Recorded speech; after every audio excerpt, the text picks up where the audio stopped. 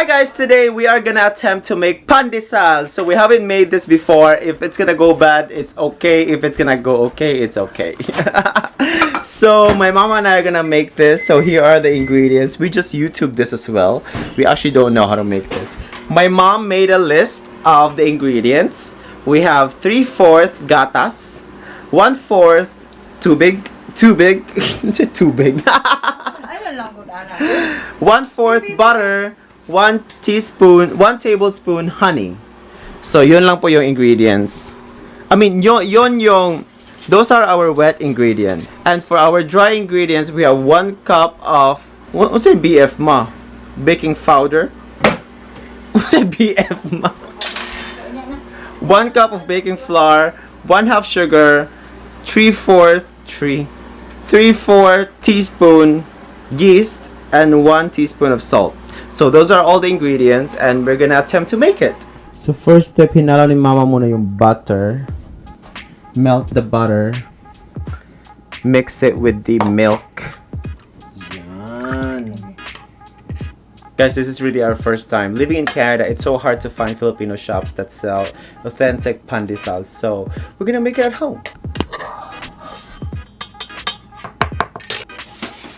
So I guess yung unang step is mix the butter with milk. You're gonna heat it up. And then mix all the wet ingredients. Yun pala. Yan. So yun lang po. Mix. Next step guys is we're gonna grab a big bowl at ilagay natin yung flour. Oh, so now, ito. So I'm the commentator of my mom. So first step is mix all the wet ingredients and put it on the stove, heat it up in a low heat process. Ayaw ni mama sa vlog. So, next step, after gawin mo yon, mix all the dry ingredients. So like I said, the dry ingredients are flour, yeast, salt, all that, everything that I mentioned earlier. So now, so far she mixed the flour and the sugar. And then mix the yeast, add the yeast into the adding dry ingredients. And then mix the salt. So guys, I forgot one ingredient. You need to have 1 egg as well for this recipe. Make sure it's not too hot. Kailangan hindi masyadong mainit. Paano mo malalaman yung temperature? Meron na pong bagong app yan. So download yung app, ilagay yung cellphone niyo sa stove. Ay, thermometer pala guys, thermometer. So now, after magmelt yung butter and it's in a 120 degrees temperature yung butter and milk and salt mixture, slowly mix it to the dry ingredients. And slowly fold it until you have sort of like a dough.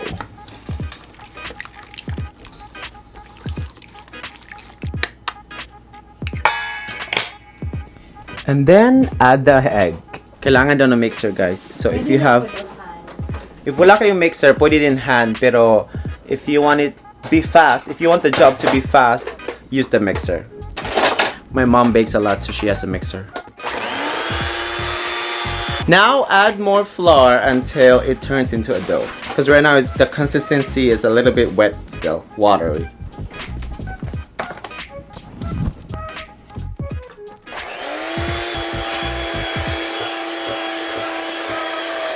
Diba ang dali lang pag may mixer? Add more flour if it's still a little bit watery.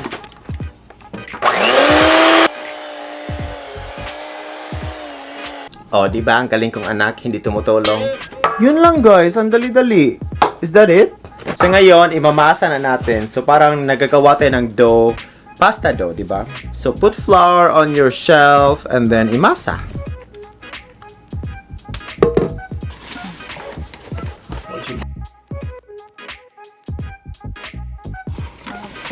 So after you masa the bread or the dough, wait for it for 2 hours. Kailangan i-rest po muna for 2 hours. Oh my God. Rest? I said rest.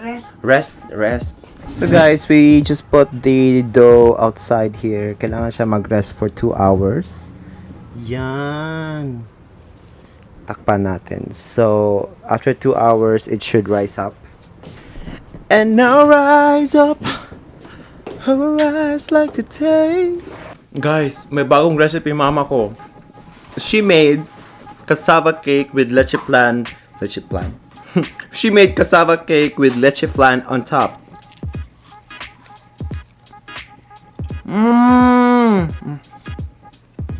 Papel. Nakaon akong papel. May cassava flavor underneath and leche flan on top. Ang sarap, ma. Okay, buono. Okay guys, after 2 hours, pagkatapos namin mag-dinner, nagmukbang kami, time na para lutuin ang pandesal. Ang haba pala ng vlog na to. Akala ko tatapos lang after 1 hour, di pala. Ayan, nag-rise up na po siya. And rise up, guys, look. Tatambok na po. Tatambok. Guys, so, bakit may breadcrumbs, ma? Ano? Explain daw ang breadcrumbs, ma. Walang, pag kulang ang pandesal, walang breadcrumbs. Kailangan may breadcrumbs. So, ano na lang, punch. Bakit punch? Para Wala. Sinong galit, ma? Saan ka galit, ma? Alam ko, sinong galit? Sino ka galit? Ayun, breadcrumbs. Ay, ano? wala pong Pandesal. So, I-fry, ma? Kasi may breadcrumbs. Saan ma? Deep fry? dili na. Ano na Deep siya. fry? Ikotra na siya. So, ano lang, lapad-lapad lang. Putang ikuan, tinfoil mo tray para... Dili na, no need. Sprayhan na. Ibutangan tani mo flour. Oh my God. Tayo kang flour. Again guys, first time po namin gumawa nito. So walang magja-judge, okay? First time po ito. Hindi po namin alam anong ginagawa namin dito. First time. Okay na. Yan guys. Hatiin na. Hatiin po natin. Yun, hati-hati lang pag may time. Nag-rise na po siya guys. And no rock! Asay butang ang breadcrumb. Ano yung breadcrumb? Relax lang dun. Guys, comment below if you have tried to make pandesal. Yes guys, comment below if meron kayong other way of successfully making pandesal. Kasi first time namin to, we just followed an online recipe. Wow, ayun na. Ayan na. Yan na, pandesal na. I-shape i-flower shape. My heart shape. Heart shape? Pandikoko magawa ng pandikoko. Diyan tang breadcrumbs. Sa gula na good from breadcrumbs.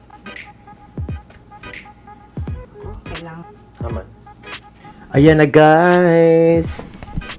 So sabi ni mama daw, after placing all the bread onto the pan or the tray, kailangan ulit mag-rest for another 45 minutes. So, di ba, i-rest natin 2 hours sa bowl lang yung dough. Tapos, tagal pang kumain ng pandesal. Kaya, pag nag-increase ng presyo ng pandesal sa Pilipinas, huwag kayong magreklamo. Kasi matagal gawin. Ito. Another rest muna ng another 45 takpan minutes. ulit. Takpan ulit. So, okay. A few moments later! Ayan na guys. Ilulunod na natin ito sa kahon. Ano siya Tagalog ng oven? Ano siya Tagalog ng oven, be? Ilulunod sa... Ano Tagalog ang oven, hoy? I-search na lang. Ilulunod na natin. For how long? Hoy. 20 minutes. What's the temperature? 350. Actually, sinabi, 375 pero 350 lang. Bakit? For 20 minutes. 350 for 20 minutes. So, we'll check back in later, guys, after 20 minutes, and we're gonna do a taste test if it's gonna go well. Okay. First time ito, okay? First time. At hindi namin kinuha yung recipe sa online, okay? Hindi. Ikaw good ma. Trial and error, na. Salamat, ma. Mama po ang nagluto. Trial and error. Sige na. Pull out na. Dili pa Ready na. Wow! Uy, ang bango guys. Oy guys, in fairness, mabango siya, mabango. Pero gusto natin na medyo brown pa. Ay, gusto namin medyo brown pa. Tingnan mo. Pero okay na yan. Pero guys, in fairness talaga, mabango na siya. Di ba, ma? Uy, in fairness. Uy, parang success to, ma. Trial lang to, trial. Baka matigas. Ay. Parang success to, ma. Kunin na natin, ma. I-pull out na natin. Guys, in fairness, maganda. Ay, ano pa yan, ma? Ang white. Medyo puti pa, no? Medyo puti pa. Diba, sabi 375, eh, ginawa mo 350 kasi. Ayan na kasi, 5 minutes. Oh, guys, medyo maputla pa. Maputla. So, lagay mo natin balik. Tapos, Facebook na siya. Guys, di ba ang mama ko, guys, may new obsession. General's daughter daw. General's daughter. Comment below kung watch din kayo ng General's daughter. Asa di mo tanawin mga YouTube? Yan. Oh, la la la! Uy, pandesal na siya. Okay na gagawin na. Okay na na. Uy, mapagod na po ka ayo. Ay, gapo na siya. Uy lang, oh. Headens like yung pandesal ni Umang. Ang ibang pandesal mo, parang hangin lang nasa loob. Oh, sige na, tikman na. Tikman na, guys. Mainit. The moment of truth! Oh, sige na, guys. O, try natin. Hiwain natin sa gitna. Tingnan natin if... Wow! Oh my God, ang init. Hello, wow. Sige na, try. Moist siya. Hello, ang sarap. Sige na, try na. Bakit sa'yo parang ang dense? Sige na. Sige, guys. Try... Asa mo ka? Try natin, guys. Ha? Lamit mo. Medyo matamis kasi sa honey, no? Ay, sarap. May sugar, may konting sugar. Uy, sarap. Para siyang ano? Parang pandesal.